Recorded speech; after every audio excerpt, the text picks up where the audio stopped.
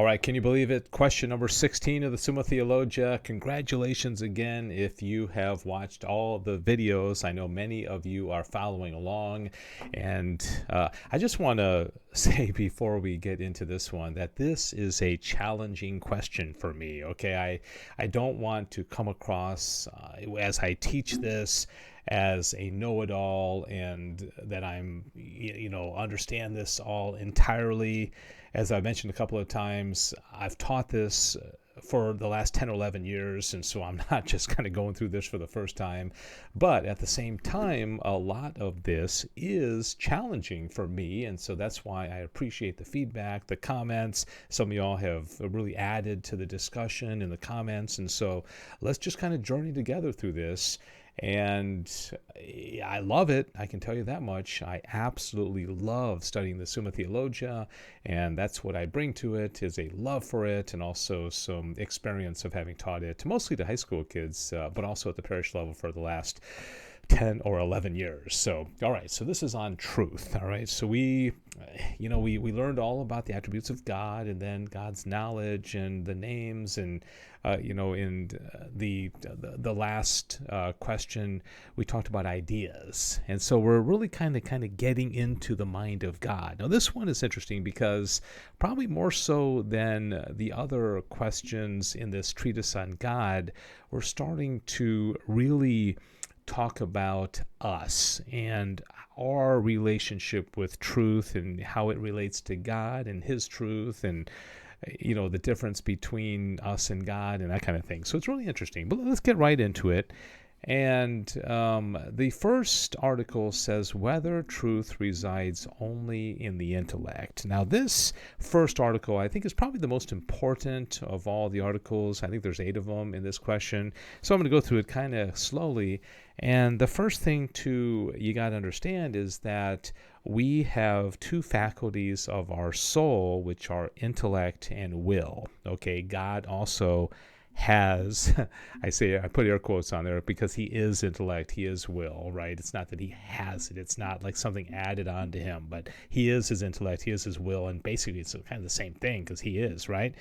But what Thomas is going to talk about here is the object of the intellect and the object of the will and the difference between them. And this is something you've got to understand in the Summa, and it's key to understanding philosophy and theology is how the intellect and the will work together. There's going to be a whole lot more about this as we move through the Summa. All right, so here it is.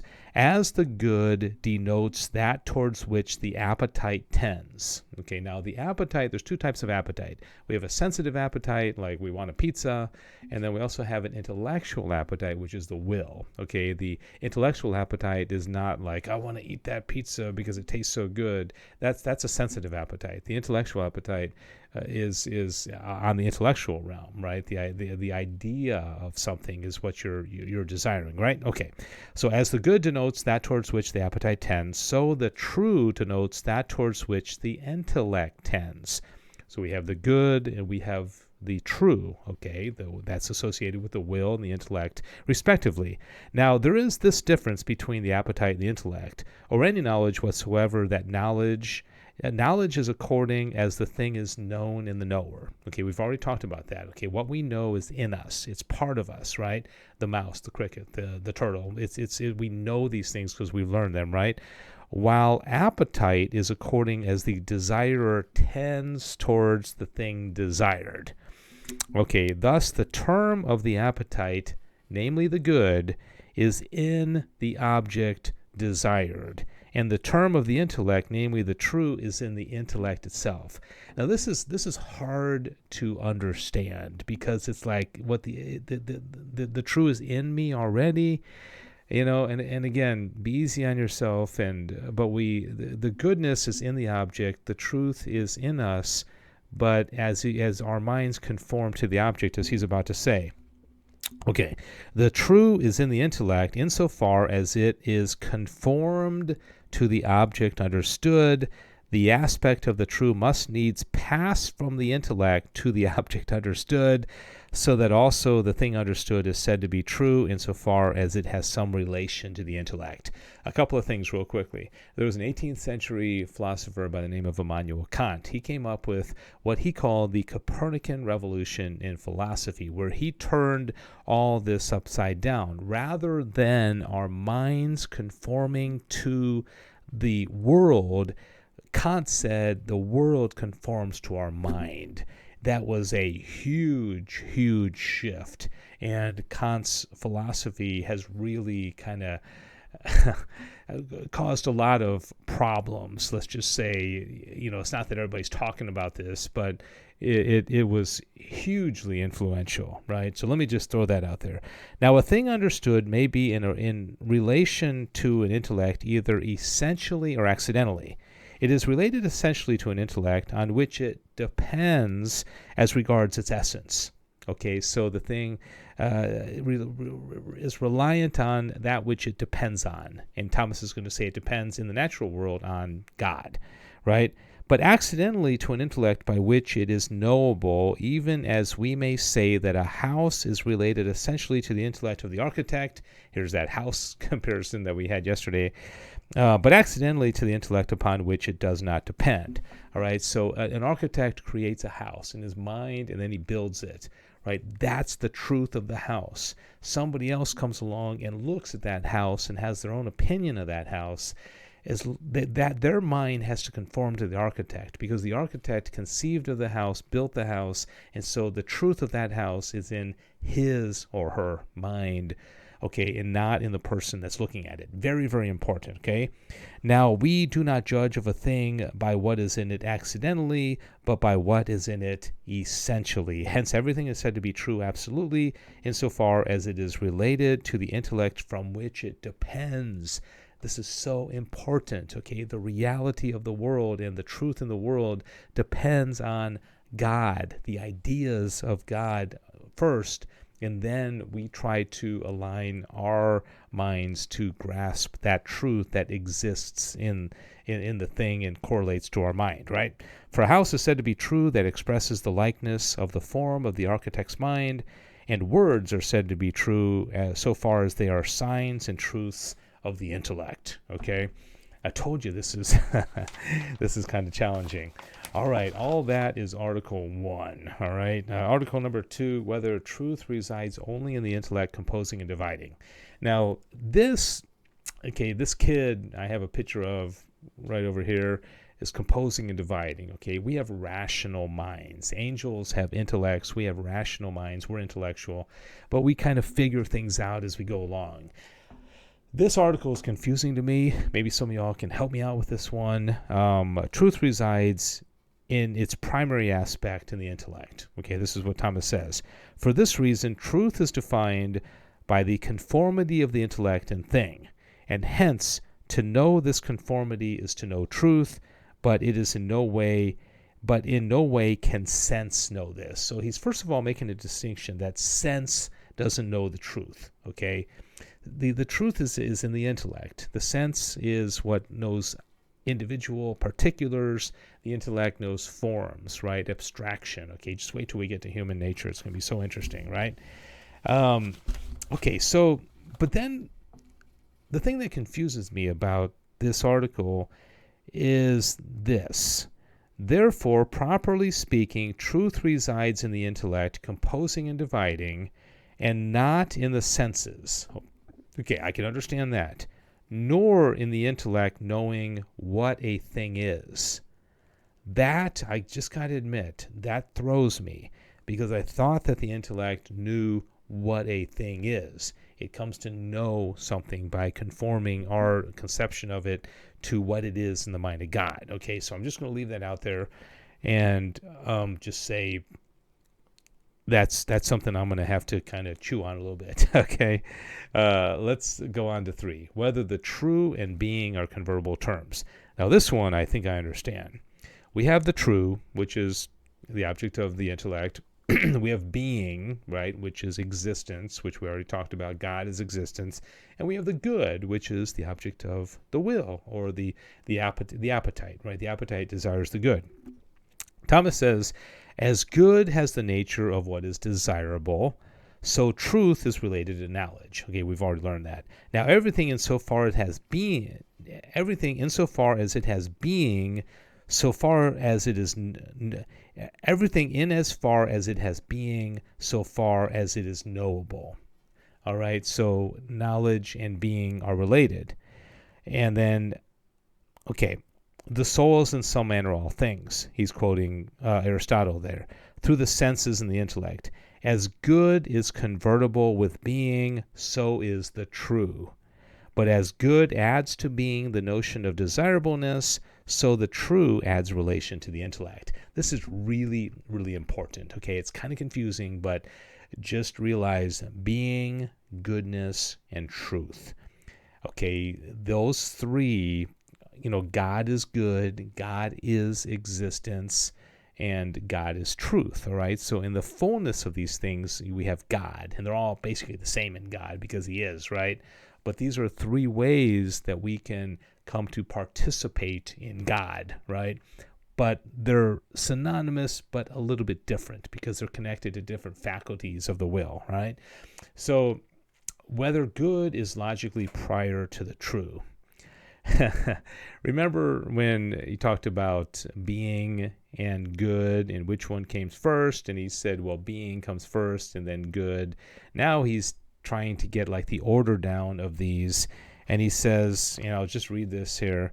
Although the good and the true are convertible with being, as to suppositum, yet they differ logically. And in this manner, the true, speaking absolutely, is prior to the good, as appears for two reasons. True is more closely related to being than is good.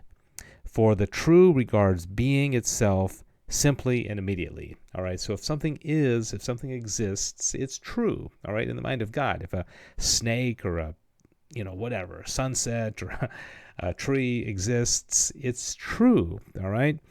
While the nature of good follows being insofar as it is some way perfect and desirable. This is very important because something has being and it's true and then it's desired. So Thomas is saying there's some chronological order here. Knowledge naturally precedes appetite, hence, since the true regards knowledge, but the good regards the appetite, the true must be prior in idea to the good. Now remember he's saying in idea, all right? So imagine you have an ice cream sundae.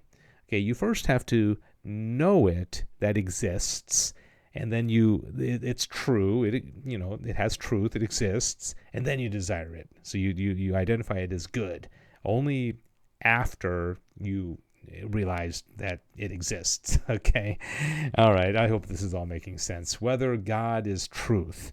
Truth is found in the intellect according as it apprehends a thing as it is, and in things according as they have being conformable to an intellect. This is the greatest degree found in God, for His being is not only conformed to His intellect, but is the very act of His intellect, right? So as we talk about being and truth and goodness, as I mentioned, these are all ways of describing God. And I sound like a broken record, but our very being and our existence and our participation in life and the things that we do as we go about our daily life, it's all connected to God. Okay, but this is the contribution of St. Thomas Aquinas that I think people really need to know, rather than saying, oh, it's too confusing and I don't understand this. No, it's practical. It's everyday life. It's coming to realize that God is present in every single moment of our life. Okay, His active understanding is the measure and cause of every other being and every other intellect, and He Himself is His own existence and active understanding, whence it follows not only that truth is in Him, but that He is truth itself. All right, whether there is only one truth according to which all things are true. All right, so this is going to be, I'm just going to kind of summarize this and say that ultimately there's one truth because there's one God, but it comes down to this participation, all right? things have their own truth, okay? The truth of the mouse, like I talked about in the last video, okay? The truth of the tree and the idea and the form, okay? But ultimately, all these little truths conform to one ultimate truth, which is God, all right? Whether created truth is eternal. And here he's going to say there's only one eternal being, and that is God, all right? But then you have all these other truths that relate and associate with God, and they are not eternal in themselves, but they are associated with the one eternal truth. I hope I explained that well. The truth of, he talks about enunciations. An enunciation resides in the intellect and in speech. I'm not going to get into that too much because I think that might take us down a rabbit trail that we don't want to go. Although it's interesting that he relates enunciations and speech and also language, okay, language, logos, words, okay, the Word of God, as we're going to learn when we talk about the Trinity. Oh man, it's it's all related. It's all fascinating. Hence, if no intellect was eternal, no truth would be eternal. Now, because only the divine intellect is eternal, in it alone truth has eternity. Okay, so God is eternal. All right, whether truth is immutable. Truth, properly speaking, resides only in the intellect, as was said, but things are called true in virtue of the truth residing in the intellect. Hence, in one way, truth varies on the part of the intellect from the fact that a change of opinion occurs about a thing which in itself has not changed, and in another way, when the thing is changed but not the opinion, and in either way there can be a change from true to false. All right, hence the truth of the divine intellect is immutable, but the truth of our intellect is mutable. Because we are not God, and because we are weak and our intellects are feeble compared to God, we can make mistakes and there can be mutability in it, but ultimately the truth of God is immutable. Okay, we're going to get more into this when we talk in the next question about falsity. Okay, so he talks about truth, and what about falsity? Is there falsity in the intellect? Is there falsity in the senses? Can our senses deceive us? I think you know that often can be the case. All right, so how does this all connect to our final end and trying to get back to God, which we learned about in the first question of the Summa and Sacred Doctrine? This is the whole purpose of this. All right, hang in there. I hope you're doing okay with this. Thank you for journeying with me through the Summa, and I hope to see you tomorrow as we talked about falsity. God bless you. St. Thomas Aquinas, pray for us.